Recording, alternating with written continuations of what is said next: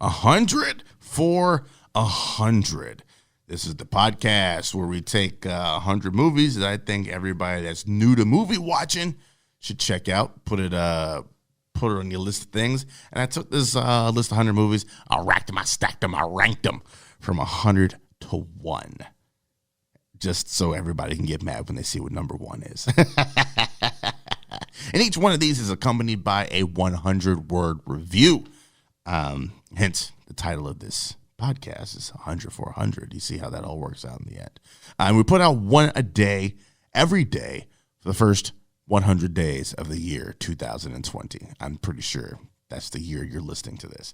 Yesterday, we talked about Iron Giant. That was number 74, 1999 Brad Bird joint.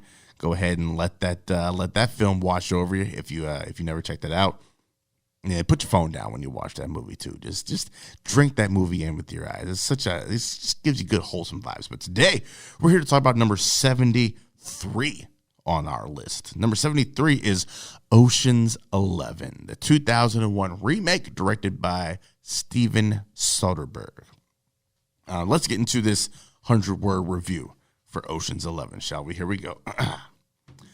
A rare example of the remake exceeding the original, Ocean's 11 ties Pulp Fiction as the cinematic definition of cool, boasting possibly one of the most famous ensemble casts of all time. The film pulls off a successful heist of not just 3 casinos, but also the viewer's expectations. George Clooney's effortlessly easy charm, bordering on smugness, and his relationship with Julia Roberts' Tess take a backseat to what's essentially a guy's night out.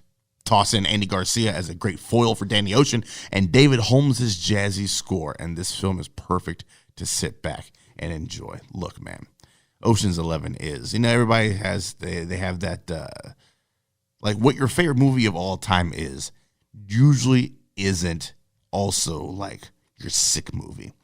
Like your favorite movie of all time is you want to curl up and you want to be invested in that shit. But when you're sick, nah, man. You got a whole different list that you go to. And this, for me, this is my sick movie. If I'm under the weather, since I rarely get sick, really, I'm talking about being hungover here, people.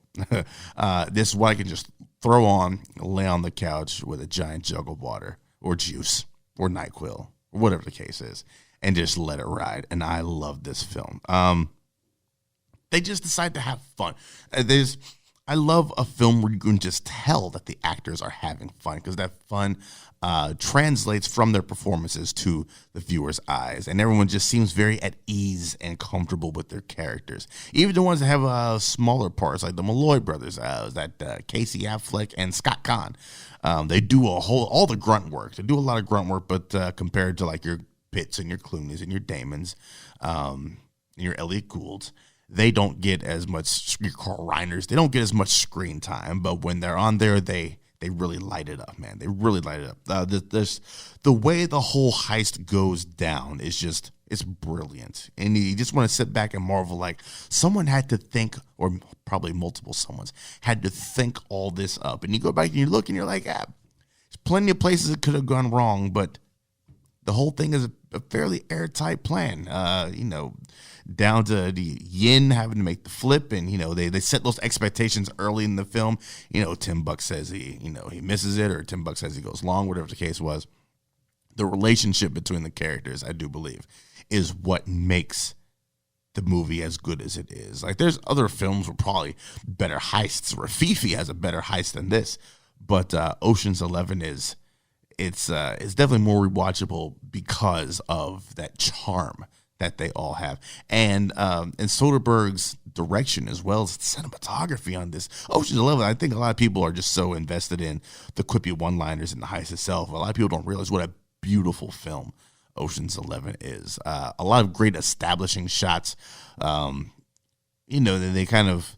Things kind of went a little bit off the rails with Ocean's 12, but when they were clicking on Ocean's 11, they were clicking on all cylinders. It's unfortunate that the whole Julia Roberts Tess business had to kind of take a back seat, because that does backseat your only female character in the movie.